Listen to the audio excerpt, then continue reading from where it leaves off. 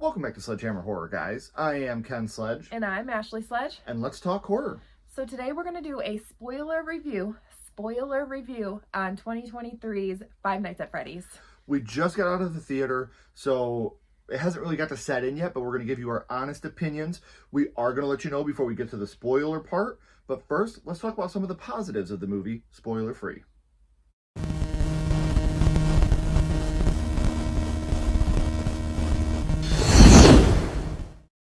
So first and foremost, before we get started with our positives, we do want to say that everything we're going to talk about is based on the movie. Yes. Ashley and I have never really played the video games. No. I sat down and played them with my son once or twice. Try to get him past like a part that he couldn't get to. Right, or but you know. Other than that, like besides the stories that we've heard him say, we don't know much. He was pretty obsessed with it. Yes. We still have some of his old stuff, but overall, this is going to be strictly a review on the movie. We're not going to get into the Five Nights at Freddy's lore. We're not educated enough on the subject to do so. So if we get something wrong when it comes to the lore part of it, we apologize. We will try our hardest to strictly keep it on what we know about the movie. We just want to make it very well known. We have not played the games, so this is strictly a review on the movie and what the movie did as a whole for us. Yes.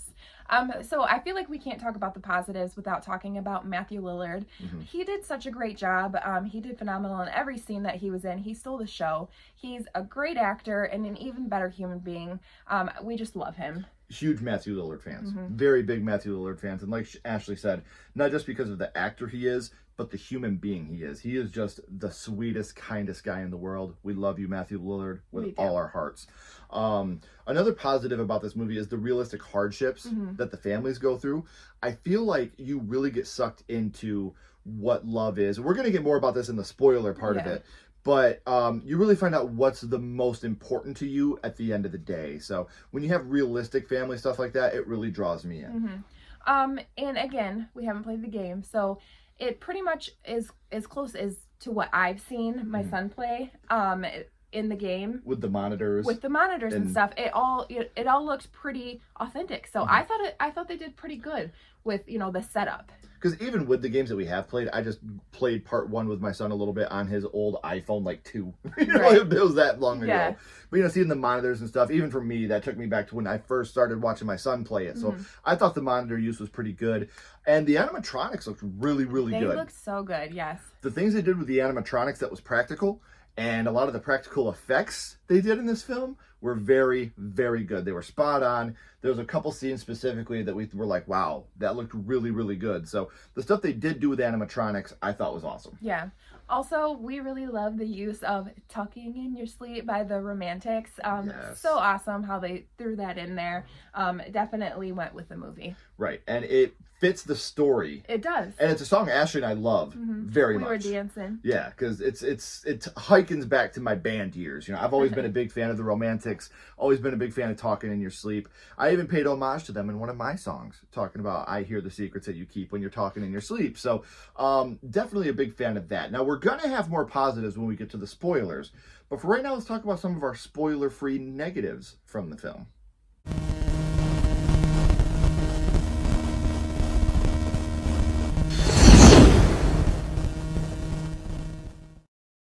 So one big thing for me when it comes to negatives, I want to be scared. This movie didn't do that. Now, we went into this knowing it was PG-13. Yeah. But there are still very scary PG-13 movies and can have very effective scenes, very effective jump scares, even though I'm not a huge fan of that either. But even Ashley, our daughter Chloe, and Kenny, none of them were really scared. And Chloe, this was her first real horror movie in the theater. Yeah. And she really enjoyed it. I'm not saying she didn't enjoy it. She did. But none of the jump scares even got her. Right. All the jump scares you had were very predictable, even for an 11-year-old. Yeah. So, again, I'm not trying to take away from what they were trying to do with that, but for us, it didn't work. Yeah. So speaking of that, they played it way too safe with the story. The kills, a lot of them were, they were off. They were off screen. They were, again, we'll get more to that in the spoilers. I We're stumbling because we don't want to spoil it yet for the people that haven't seen it but wanted to watch this part of the review. But yeah, the kill, you know how I am about my kills, and I want to see some more. I want to see more. They definitely played it very, very safe. Yeah. Another thing is, this movie I felt like really took itself way too seriously.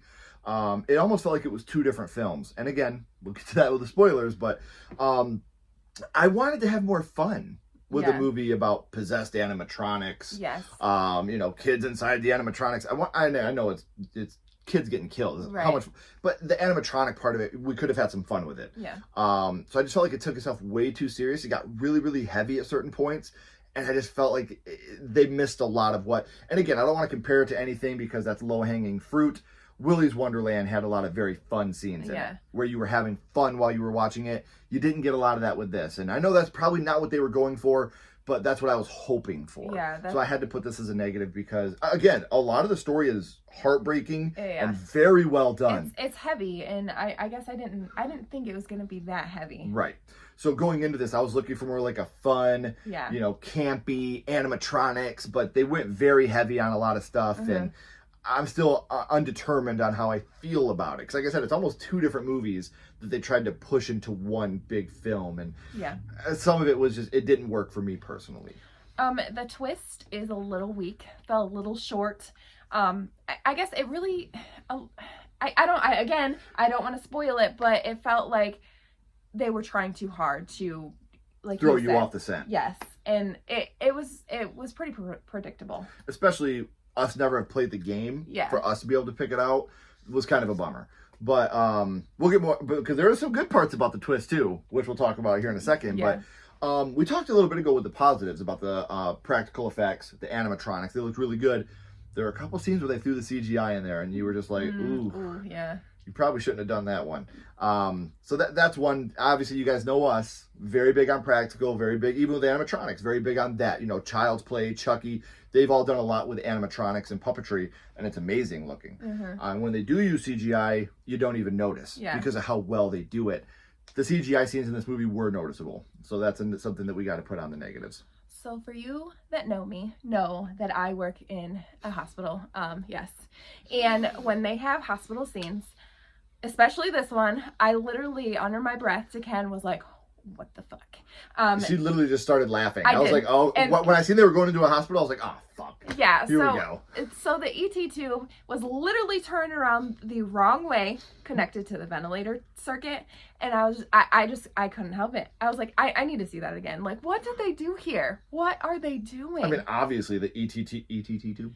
ET tube. The ET tube was obviously backwards. Endotracheal tube. Yeah, it's supposed to go inside of you, not outside. Yeah, the endotracheal tube, into obviously. Your lungs. I mean, even I noticed that. I was like, oh my gosh, the endotracheal. Huh? Endotracheal? The endotracheal tube is obviously on wrong, right? And Ashley was like, right. So, obviously, I can't speak much about that, but she's a genius, and that's what she does for a living. So it's kind of like me with music. When I see someone playing music, I'm like, that's not the right chord. And again, this one's very nitpicky, but it really annoyed my wife watching the movie, so we had to put it on here. Actually, it just made me chuckle more than anything. Right. I was like, what? They need to, like, consult people in the hospital. Be like, hey, does this look okay? And I'd be like, no. Let me really do it. Yes. Let me really put that in, their lungs. So those are some of our spoiler-free negatives. And now if you guys haven't seen the film, here's where you should stop. Because you should see the film anyway. Yes. Regardless of what we're saying, whether they're negatives or positive, gauge it for yourself. Never take our words for anything. We just want you to be entertained. This is our opinion. Right. Everybody has their own opinion. And, you might like the things that we think are negative or the things that we think are positive. You might not like it. So everybody has their own opinion. And that's great. Yes. So please go check out the movie for yourself before you watch the spoilers, because now we are going to spoil this film for you.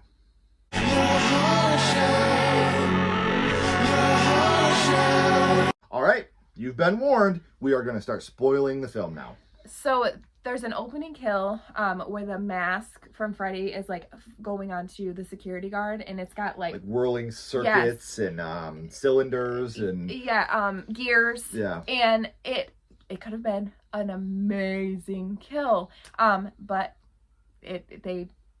They cut it. They caught it. Like right when it started to get to his face, you cut to another scene and you're like, no! Why did I say that? I know this isn't Saw, but dang. I know. But I really hope, I think that if I read correctly, they're not going to be releasing an R-rated or unrated version of this film on physical media. This is the version you get. That's a bummer. Because that kill would have been amazing. It could have been good, yes. So again, I don't know much about the lore. but when I'm watching this movie, I felt like they took the Five Nights at Freddy's video game and infused it with the Black Phone. There's a lot of this movie that really reminded me of the Black Phone in not the most positive ways. It felt like they missed the mark on what they were trying to do with the kids. They were always hinting at something that you were like, there's no way that's the route they're going to go because that's way too over the top, way too unrealistic. And then they went that route. So that's one thing for me that was just like, it was Blumhouse. Yeah. This feels like a Blumhouse film. It's very Blumhouse, yes. If I watched this movie without seeing the opening credits, without knowing anything about it, I would have said this feels Blumhouse. Absolutely. Which sometimes is positive, sometimes it's negative. And the ways that it felt like Blumhouse to me in this was not very good. It felt like it took the weakest parts of the Black Phone and put them into a Five Nights at Freddy's script. Yeah. So I was not a huge fan of the kid stuff and the way they played the kid stuff out in this film. So this is when we're going to get into the major twists and major spoilers. The negatives that we were talking about. I'm going to go a little farther. So how Ken said there was too many stories going on at once. There definitely was. There was a couple different twists, and you're like, really, like, what's going on here? Yeah. It was very obvious that Vanessa she knew more than she was saying. Yes, from the get-go. Like, why is she here? Like, she's obviously here for something, and she's not who she's portraying herself to be. And especially, you're not going to last here long. You're going to quit your job. And she knew everything about, Five Nights at Freddy's. Like, why? Right. And it was just really obvious, like we're getting to, with the many stories, you have our main character whose little brother was kidnapped when he was a kid. Yeah. So you're flashing back to that a lot. You have the little sister who has mental health issues. They don't really say it, but they hint very heavily about the fact that she could be on the spectrum. She's always making drawings of things. She's drawing and all the she time. has these imaginary friends. So it's like, what's going on with that? Like, what is she seeing? Right. So you have that story. You have this story. You have the evil aunt trying to take the daughter away. Yes. You have the stuff with Vanessa. You have, him becoming a security guard. There's just so many different stories, and they're always constantly trying to push them together. You meet one guy for 8 seconds that tells you about dream theory, and he wants to read a book about dream theory, and then you never see the guy again. Yeah. So like I said, there's a lot that they put into this movie. There's an opening scene of a kidnapping that never, he beats some guy up. So again, spoilers, I'm sorry. He's working as a mall security guard, Mike, our main character. And he chases the guy down because the guy comes up and grabs a kid and runs with the kid in what looks like an obvious kidnapping scenario. Obvious, and obviously we find out later on that his brother was kidnapped. So he's hypersensitive. He's got PTSD to that. He runs and tackles the guy into a fountain and beats the brakes off him right in front of the kid. So he loses his job. He goes in to try to find new work. That's where we meet Matthew Lillard, who is just completely amazing. And there's something up with him right away. Because when he looks at it, he says, so your name is Mike. And then he just freezes. He's like, I got a job for you. Yeah. He never says his last name. And at that point, there's something going on with him now. And, at first you think that's all you get of Matthew Lillard. You're like, he was just that's all we got of him? Yeah. So that was a bummer. But I just wanted it to be more of a condensed story. I didn't want all these different offshoots of all these different stories that are happening at one time. Because it's so hard to follow everything. And they don't wrap a lot of it up. Yeah, I feel like the whole, aunt story plot was just there to give more kills, to be honest. It gave really more kills. The only thing that it did. It added 15 minutes of screen time. Yeah. That's all it did. It was really unnecessary. I feel like they could have filled it with something better. Right. Something more to, along the lines of the story. Yes, exactly. So, like you talked about already, the dad, he kidnapped Mike. You find out that Vanessa's dad is Matthew Lillard. Yes. And he's the one that's been kidnapping the kids. And when we find out it's Matthew Lillard, he goes full Matthew Lillard. He does, and it's a great. Like I said, he steals the show in every scene that he's in. It reminds me of Salt Lake City Punk Matthew Lillard, Scream Matthew Lillard. Yes. When it's revealed that he's the big bad behind it all, and he Scooby-Doos himself, which is even funnier. Yeah. Oh, it's me. I'm the one the whole time. Yeah. Yeah. When you get to that moment, it was very predictable, obviously. And the minute you started hearing his voice inside the thing, it was even though they made it kind of sound like it was robotic, electronic, robotic, but you definitely know, you were like, I looked at you and I was like, I've seen it coming. Like, Yeah. I've seen that coming. But again... Well, Vanessa already revealed earlier that her dad was the one Right. that was kidnapping kids.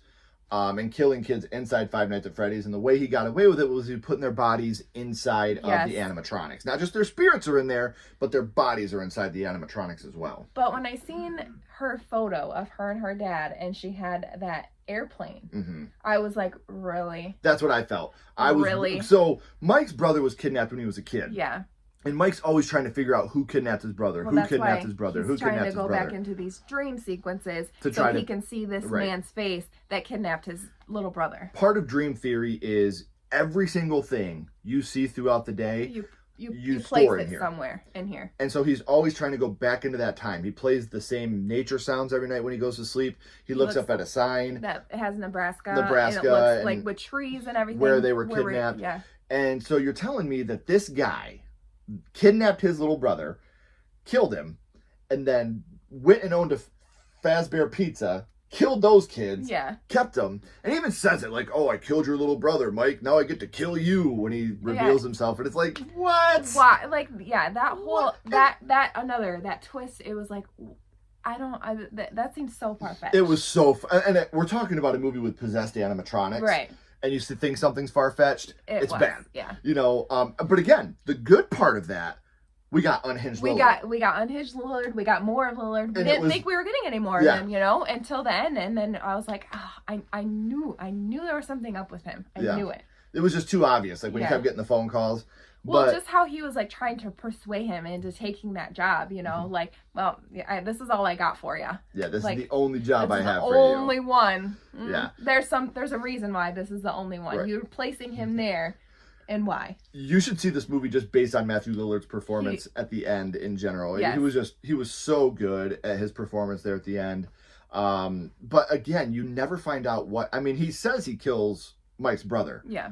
But what'd he do with him? Right. What happened to the body? And I know these aren't really important questions, but he kept all the other kids. Why didn't he keep him?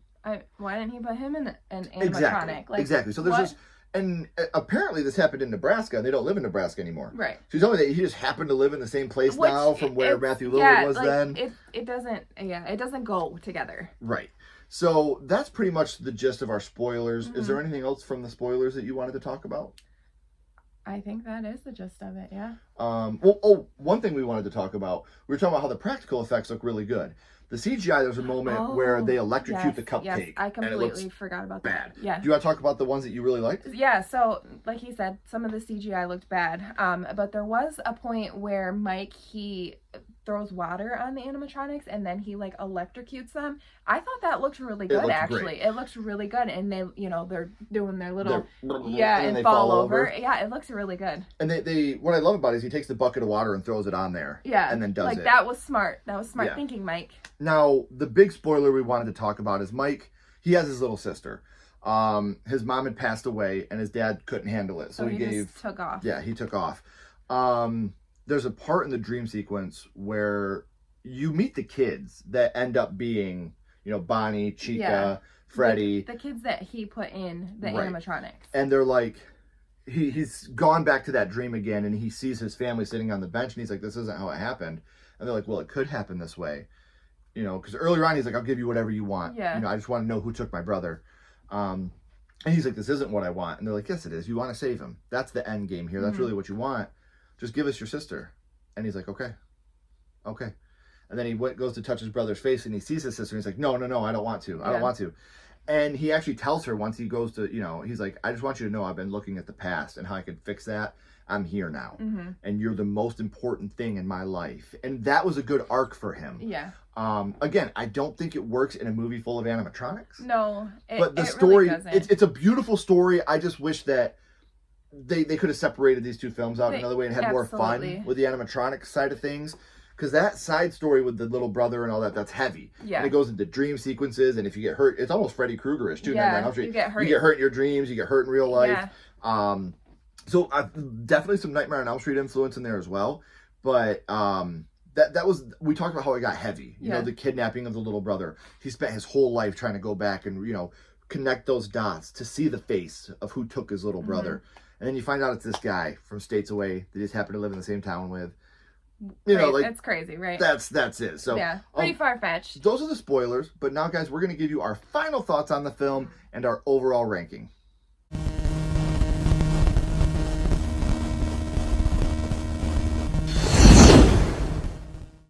So some of my final thoughts, I enjoyed the movie enough. Kind of middle in the road for me. I did like the brother-sister relationship, older brother, little sister.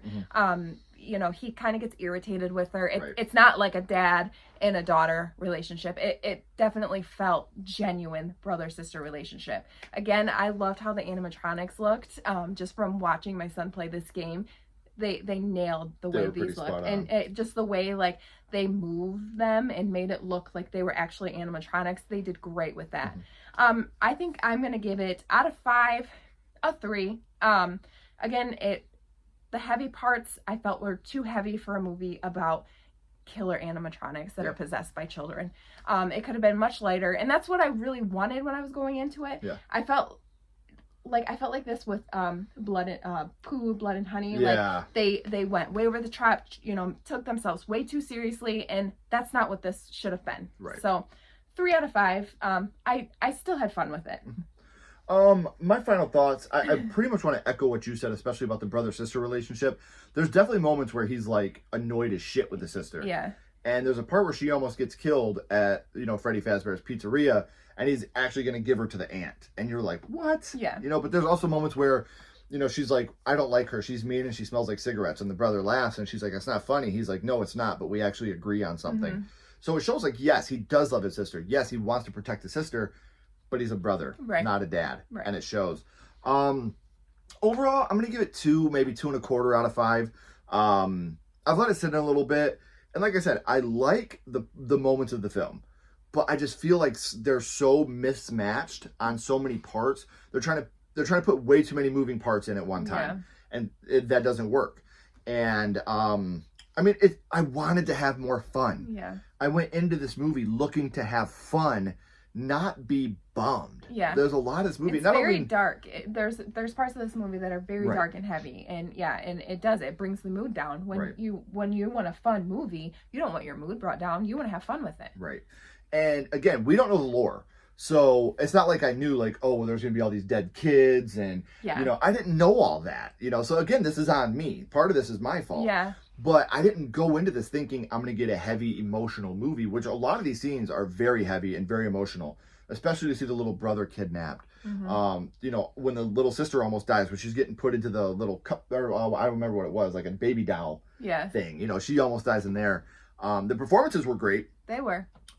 Matthew Lillard going over the top was great. But like I said, I got to have it a little lower just because they've tried to force too much into one spot. It didn't really work for me. I really wish we could get an unrated or R version of this with bloodier kills. There's one kill that you really see, and it's still dark, and when the girl gets bit in half. And then, you know, it's either taken away or it's a shadow. Like, come on, give me something. It's either a cutaway scene, it's off screen with a scream, or it's a shadow, or it's really dark. Like this scene, like you don't see any blood really. I mean, maybe a little bit of blood. And she gets bit in half, but it's so quick that it's like, ah, man, you're teasing me here. Like you're giving me these scenes that look so good, and you know the deaths are going to be great, and then they just cut away from them for the PG-13 rating, which is fine. There's nothing wrong with PG-13 horror. But when you're teasing me like that, imagine every Saw movie cutting away right as the trap was about to happen. That's what you're getting. Here. For sure. So like I said, overall, 2.25. I hope they change their mind. I hope we do get an unrated or an R-rated version of the film so we can enjoy the brutality of what could have been. Heck yeah. And they do obviously tease a sequel at the end. So there is chance of a sequel happening. So if that, I mean, I would love to see it. Just go a little harder and maybe have a little more fun. Don't make it as heavy. You know, have some fun with it. Like, let's laugh a little. You got animatronics. Like you can have so much fun with this. Like, heck yeah. Don't make me sad. I'm sad watching this movie. When I say I was bummed out, I didn't mean like the quality of the film. No. The story was sad. Itself, it bums you out, and just how, a lot of loss, a lot of how the older brother, like he is through the entire thing. Grief. He's just very, like he's grieving this little brother that he feels like was kidnapped, and it was his fault because he was supposed to be watching him, right. you know, and so this has made him go into an adult, and that's all he thinks about, and he just, his mood and everything is just brought down from that. It's completely taken over his life. Yeah. His whole life is about finding out who took his brother. Which it is sad, especially when something like that happens. That's a real thing. Such, you know, young children. You can't put a real thing that we have to experience all the time into a movie by animatronics, guys. Come on. So like I said, definitely go watch the film. And it's actually streaming on Peacock now. So make sure you're checking the film out. It's definitely worth a watch. And even if you don't like it, support horror, check it out. At least gauge it for yourself and give it the opportunity. So we want to thank you guys so much for watching. If you haven't already, please like and subscribe. It helps the channel more than you know. And follow Sledgehammer Horror on social media. All our links are in the description as well. But until next time, keep talking horror. Stay who you are. And we'll see you guys soon. Bye, guys.